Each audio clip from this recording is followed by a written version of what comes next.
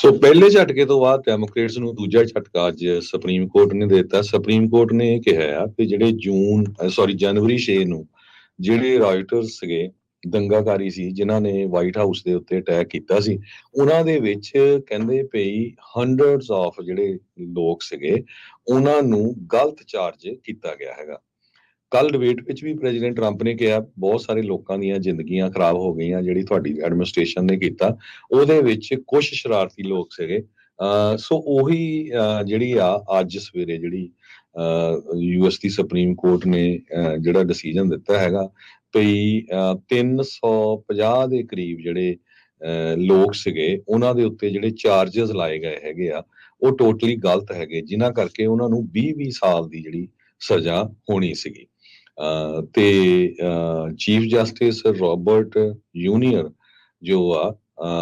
ਉਹਨਾਂ ਨੇ ਇਹ ਡਿਸੀਜਨ ਜਿਹੜਾ ਲਿਖਿਆ, ਉਹਦੇ ਵਿੱਚ ਉਹਨਾਂ ਨੇ ਇਹ ਕਿਹਾ ਵੀ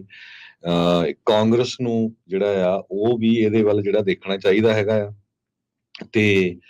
ਜਿਹੜੇ ਸਾਰੇ ਕੇਸ ਆ ਇਹਨਾਂ ਦਾ ਜਿਹੜਾ ਅਸਰ ਆ ਹੁਣ ਪ੍ਰੈਜ਼ੀਡੈਂਟ ਟਰੰਪ ਦੇ ਕੇਸਿਸ ਤੇ ਵੀ ਪਊਗਾ, ਕਿਉਂਕਿ ਇੱਕ ਕੇਸ ਉਹਨਾਂ ਦੇ ਉੱਤੇ ਇਸ ਸਬੰਧ ਦੇ ਵਿੱਚ ਵੀ ਹੈਗੇ ਆ ਕਿ ਉਹਨਾਂ ਨੇ ਆਪਣੇ ਹੀ ਸਪੋਰਟਰਾਂ ਨੂੰ ਇਨਸਾਈਟ ਕੀਤਾ ਜਦੋਂ ਜਨਵਰੀ 6 ਦੀ ਰੀਸਰੈਕਸ਼ਨ ਹੋਈ ਸੀ ਵਾਈਟ ਹਾਊਸ ਦੇ ਉੱਤੇ। ਅਟਾਰਨੀ ਜਨਰਲ ਮੈਰਿਕ ਗਾਰਲੈਂਡ ਜਿਹੜੇ ਆ ਮੌਜੂਦਾ,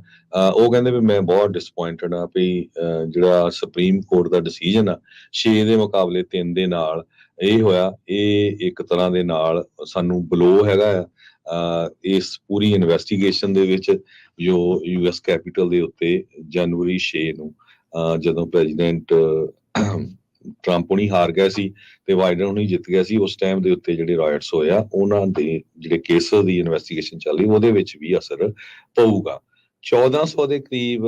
ਜਿਹੜੇ ਡਿਫੈਂਡੈਂਟ ਟੋਟਲ ਸੀਗੇ ਚਾਰਜ ਕੀਤੇ ਗਏ ਹੈਗੇ ਆ, ਜਿਨ੍ਹਾਂ ਚੋਂ 350 ਦੇ ਕਰੀਬ ਤਾਂ ਕਹਿੰਦੇ ਉਹਨਾਂ ਦੇ ਉੱਤੇ ਕੋਈ ਕੇਸ ਹੀ ਨਹੀਂ ਬਣਦਾ ਹੈਗਾ। ਜਿੱਦਾਂ ਭੀੜ ਹੁੰਦੀ ਆ, ਭੀੜ ਦੇ ਵਿੱਚ ਫਿਰ ਤੁਹਾਨੂੰ ਪਤਾ ਵੀ ਜਿਹੜੇ ਕਈ ਹਥਿਆਰ ਵੀ ਚੱਕੀ ਫਿਰਦੇ ਸੀ, ਹਾਲਾਂਕਿ ਕਈ ਜਿਹੜੇ ਆ ਫਿਰ ਨਾਅਰਿਆਂ ਵਾਲੇ ਵੀ ਹੁੰਦੇ ਆ, ਕਈ ਰੌਲਾ ਪਾਉਣ ਵਾਲੇ ਵੀ ਹੁੰਦੇ ਆ, ਪਰ ਫਿਰ ਜਦੋਂ ਚਾਰਜ ਹੁੰਦੇ ਆ ਫਿਰ ਤਾਂ ਸਾਰੇ ਇੱਕੋ ਜਗ੍ਹਾ ਹੀ ਹੁੰਦੇ ਆ। ਸੋ ਉਹ ਇਸ ਡਿਸੀਜਨ ਨੂੰ ਲੈ ਕੇ ਕਹਿੰਦੇ ਪਈ 80% 1400 ਲੋਕਾਂ ਦੇ ਵਿੱਚੋਂ ਜਿਹੜੇ ਆ ਉਹ ਚਾਰਜ ਕੀਤੇ ਗਏ ਹੈਗੇ ਆ, ਉਹਨਾਂ 'ਚ ਕਈ ਲੋਕ ਨਹੀਂ ਚਾਰਜ ਹੋਣੇ ਚਾਹੀਦੇ ਸੀ। ਜੀ ਜਿਹੜੇ ਮੈਰਿਕ ਗਾਰਲੈਂਡ ਅਟਾਰਨੀ ਜਨਰਲ ਉਹਨਾਂ ਨੇ ਕਿਹਾ ਵੀ ਉਹ ਕੰਪਲਾਈ ਕਰਨਗੇ, ਜਸਟਿਸ ਡਿਪਾਰਟਮੈਂਟ ਜਿਹੜਾ ਉਹ ਕੰਪਲਾਈ ਕਰੂਗਾ ਜਿਹੜੀ ਵੀ ਰੂਲਿੰਗ ਜਿਹੜੀ ਆਊਗੀ, ਤੇ ਜਿਹੜੀ ਪ੍ਰੋਸੀਕਿਊਸ਼ਨਸ ਆ ਉਸ ਨੂੰ ਕਹਿੰਦੇ ਕੰਟੀਨਿਊ ਰੱਖਣਗੇ। ਕਹਿੰਦੇ 1400 ਡਿਫੈਂਡੈਂਟ ਜਿਨ੍ਹਾਂ ਨੂੰ ਇਹ ਚਾਰਜ ਕੀਤਾ ਗਿਆ ਸੀ ਇਲੀਗਲ ਐਕਸ਼ਨਸ ਦੇ ਲਈ, ਉਹਨਾਂ ਦੇ ਕੇਸਾਂ ਦੇ ਉੱਤੇ ਇਸ ਦਾ ਕੋਈ ਇਫੈਕਟ ਨਹੀਂ ਹੋਊਗਾ। ਤਕਰੀਬਨ 250 ਕੇਸ ਜਿਹੜੇ ਆਬਸਟਰਕਸ਼ਨ ਚਾਰਜਸ ਦੇ ਉਹ ਅਜੇ ਵੀ ਪੈਂਡਿੰਗ ਨੇ। ਫਰਾਈਡੇ ਜਿਹੜੀ ਅੱਜ ਆਈ ਰੂਲਿੰਗ ਆ ਉਸ ਤੋਂ ਪਹਿਲਾਂ ਜਿਹੜੇ ਫੈਡਰਲ ਪ੍ਰੋਸੀਕਿਊਟਰ ਦੱਸਦੇ ਆ 52 ਜਾਣਿਆਂ ਨੂੰ ਹੁਣ ਤੱਕ ਕਨਵਿਕਟ ਕਰ ਦਿੱਤਾ ਗਿਆ ਆ, ਤੇ ਸੈਂਟੈਂਸਿੰਗ ਜਿਹੜੀ ਆ ਸਜ਼ਾ ਉਹਨਾਂ ਨੂੰ ਸੁਣਾਈ ਗਈ ਆ ਆਬਸਟਰਕਸ਼ਨ ਚਾਰਜਸ ਦੇ ਮਾਮਲੇ ਦੇ ਵਿੱਚ। 27 ਜਿਹੜੇ ਉਹ ਇਸ ਟਾਈਮ ਇਨਕਾਰਸਰੇਟਡ ਆ, ਯਾਨੀ ਕਿ ਜੇਲ੍ਹ ਦੇ ਵਿੱਚ ਆ, ਪ੍ਰੋਸੀਕਿਊਟਰਸ ਨੇ ਜਿਹੜਾ ਉਹ ਦੱਸਿਆ ਹੈਗਾ ਆ। ਸੋ ਕਹਿੰਦੇ ਵੀ ਆਬਸਟਰਕਸ਼ਨ ਚਾਰਜ ਨੂੰ ਕਾਫੀ ਹੱਦ ਤੱਕ ਜਿਹੜਾ ਸੁਪਰੀਮ ਕੋਰਟ ਦੇ ਇਸ ਫੈਸਲੇ ਨੇ ਜਿਹੜਾ ਲਿਮਿਟ ਕੀਤਾ ਆ 6 ਜਿਹੜੀ ਜਨਵਰੀ ਵਾਲੇ ਜਿਹੜੇ ਹਮਲੇ ਆ ਉਸ ਨੂੰ ਜਿਹੜਾ ਉਹ ਲੈ ਕੇ ਜੋ ਕਾਂਗਰਸ ਉੱਤੇ ਹੋਇਆ। ਪ੍ਰੈਜ਼ੀਡੈਂਟ ਬਾਈਡਨ ਦੇ ਦੁਆਰਾ ਹੁਣੇ ਨੋਮੀਨੇਟ ਕੀਤੇ ਗਏ ਜਿਹੜੇ ਜਸਟਿਸ ਜੈਕਸਨ ਸੀਗੇ, ਉਹਨਾਂ ਨੇ ਕਿਹਾ ਵੀ ਕਾਂਗਰਸ ਨੇ ਅਟੈਂਡ ਨਹੀਂ ਸੀ ਕੀਤਾ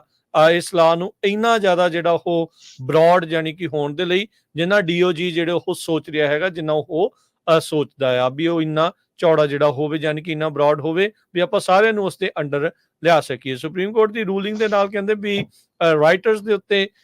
ਇਫੈਕਟ ਜ਼ਿਆਦਾ ਪਊਗਾ ਟਰੰਪ ਹੁਣਾਂ ਦੇ ਨਾਲੋਂ। ਹਰ ਇੱਕ ਜਣਾ ਆਪੋ ਆਪਣੇ ਹਿਸਾਬ ਦੇ ਨਾਲ ਮੁਲਾਂਕਣ ਕਰਕੇ ਜਿਹੜਾ ਇਹ ਦੱਸ ਰਿਹਾ ਆ। ਟਰੰਪ ਹੁਣਾਂ ਦੀ ਇਮਿਊਨਿਟੀ ਦਾ ਜਿਹੜਾ ਡਿਸੀਜਨ ਆ ਸੁਪਰੀਮ ਕੋਰਟ ਦੇ ਵਿੱਚ ਆਉਂਦੇ ਸੋਮਵਾਰ ਨੂੰ ਕਹਿੰਦਾ ਵੀ ਇਸ ਦੇ ਉੱਤੇ ਹੋ ਸਕਦਾ ਆ। ਇਹ ਲਾਸਟ ਓਪੀਨੀਅਨ ਕਹਿੰਦੇ ਆ ਵੀ ਉਸ ਦਿਨ ਹੋਣ ਵਾਲਾ ਆ। ਸੋ ਸੁਪਰੀਮ ਕੋਰਟ ਆਬਸਟਰਕਸ਼ਨ ਚਾਰਜਿਸ ਦੇ ਉੱਤੇ 6 ਜਨਵਰੀ ਵਾਲੇ ਰਾਈਟਰਸ ਦੇ ਉਹਨਾਂ ਨੇ ਇਹ ਡਿਸਾਈਡ ਕਰਨਾ ਹੈ ਅਜੇ ਪ੍ਰੈਜ਼ੀਡੈਂਟ ਟਰੰਪ ਹੁਣਾਂ ਦਾ ਜਿਹੜਾ ਸਪੈਸੀਫਿਕ ਮਾਮਲਾ ਆ ਉਹਨਾਂ ਦੀ ਐਬਸੋਲਿਊਟ ਇਮਿਊਨਿਟੀ ਨੂੰ ਜਿਹੜਾ ਉਹ ਲੈ ਕੇ। ਸੋ ਹੁਣ ਦੇਖੋ ਅੱਗੇ ਕੀ ਬਣਦਾ ਆ, ਪਰ ਅੱਜ 6 ਜਨਵਰੀ ਵਾਲੇ